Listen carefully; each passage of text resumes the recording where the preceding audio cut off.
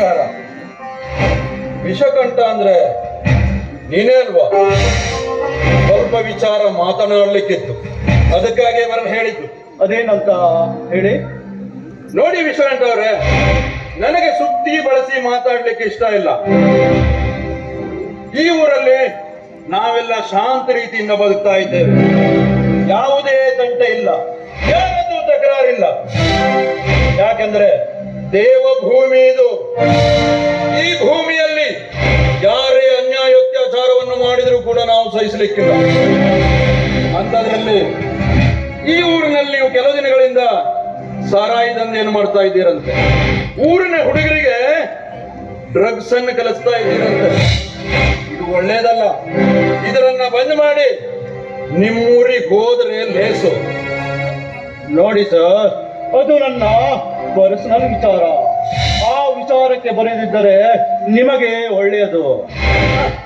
ನಿನ್ನ ಪರ್ಸನಲ್ ವಿಚಾರ, ಇದು ನನ್ನೂರು.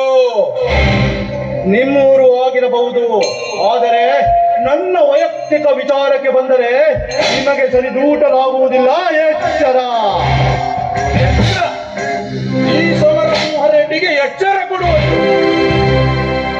ನೋಡು, ಬಾಳೆಗೊನೆಯೂ ಬಾಗ್ತದೆ ಕೊನೆ ಬಿಟ್ಟಾಗ, ವೈರು ಬಾಗ್ತದೆ ತೆನೆ ಬಿಟ್ಟಾಗ.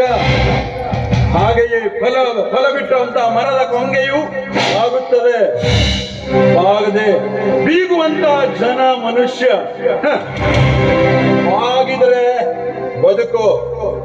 ಅದನ್ ಬಿಟ್ಟು ನಾನೇ ಹೆಚ್ಚು, ನಾನು ಮಾಡಿದೆ ಸರಿ ಅಂತ ಹೇಳಿದ್ರೆ ಒಂದು ದಾರಿ ತೋರಿಸ್ಬೇಕಾಗ್ತದೆ.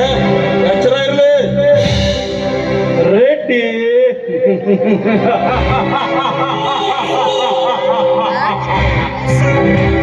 ಪರಮಶಿವನಿಗೆ ಕ್ರಾಂತದಲ್ಲಿ ವಿಷ, ಕಾಳಿಂಗ ಸರ್ಪಕ್ಕೆ ಹಲ್ಲಿನಲ್ಲಿ ವಿಷ. ಆದರೆ ನಾನು ವಿಷ ಕಂಠ,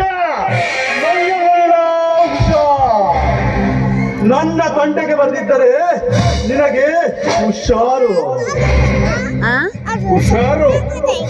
ನನ್ನೂರಿಗೆ ಬಂದು ನನ್ನ ಜಾಗದಲ್ಲಿಟ್ಟು ನನಗೆ ಹುಷಾರನ್ನುವಷ್ಟು ಎತ್ತರಕ್ಕೆ ಬೆಳೆದೇನೋ.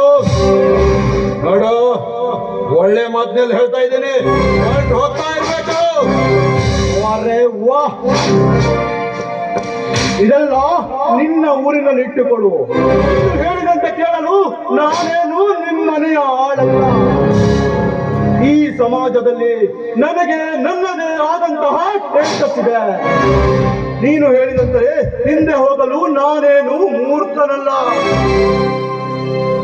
ಯಾರಿಗೆ ಅವಮಾನ, ಯಾರಿಗೆ ಸನ್ಮಾನ ಕಾದು ನೋಡುವಂತೆ.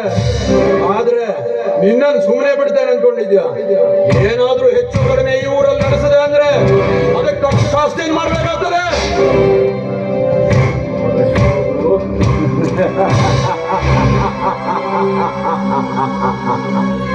ಇಷ್ಟೆಲ್ಲ ಮಾತನಾಡಿದ ನಿನಗೆ ನಾನು ಹೊರಟು ಹೋದರೆ ನನ್ನ ಕ್ಯಾರೆಕ್ಟರ್ಗೆ ಅವಮಾನ. ಹಿಂದಿ ಕ್ಯಾರೆಕ್ಟರ್ ನೋಡ್ತಾ ಇರೋ.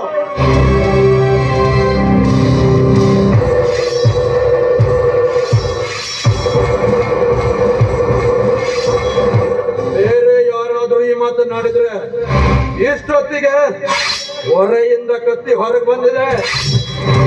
ಕತ್ತಿಯಿಂದ ನಿನ್ನ ರುಂಡವನ್ನೇ ಚಂಡಾಡಿ ಮಾರಿಗೆ ಔತಣವನ್ನು ಕೊಡಬೇಕಾಗಿದೆ. ಇವನು ಹೀಗಿದ್ದರೆ ಮುಂದೆ ನನ್ನ ದಾರಿಗೆ ಅಡ್ಡ ಬರುತ್ತಾನೆ. ಮೊದಲು ಇವನ ಉಸಿರನ್ನು ಆ ಪರಮಶಿವನ ಉಸಿರಕ್ಕೆ ಸೇರಿಸಲಿ. ರೆಡ್ಡಿ,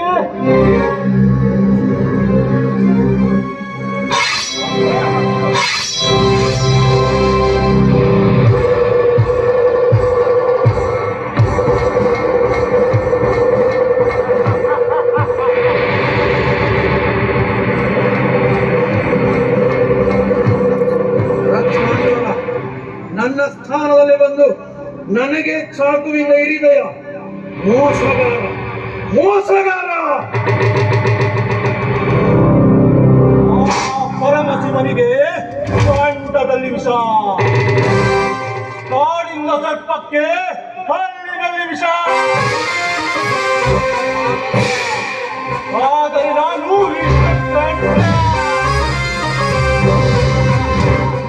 ಏನೆಂದು ನನ್ನ ತಲೆ ಕಡಿದು ಆ ದೇವಿಗೆ ಅರ್ಪಿಸುವೆ ಎಂದು ಹೇಳಿದೆನ. ಚಾಕು ಹಾಕ್ಬಂದು ನಾಟಕ ಮಾಡಿದ ಆಗ್ಲಿಲ್ಲ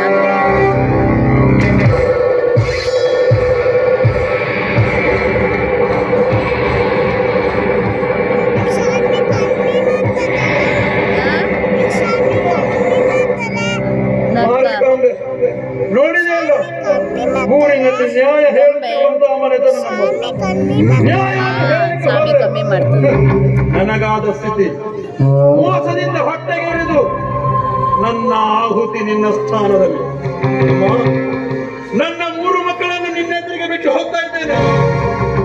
ಆ 3 ಮಕ್ಕಳನ್ನು ಜೊತೆಯಲ್ಲಿ ಊರನ್ನು ಕಾಪಾಡುವಂತಹ ಹೊಣೆ ನಿನ್ನದಮ್ಮ.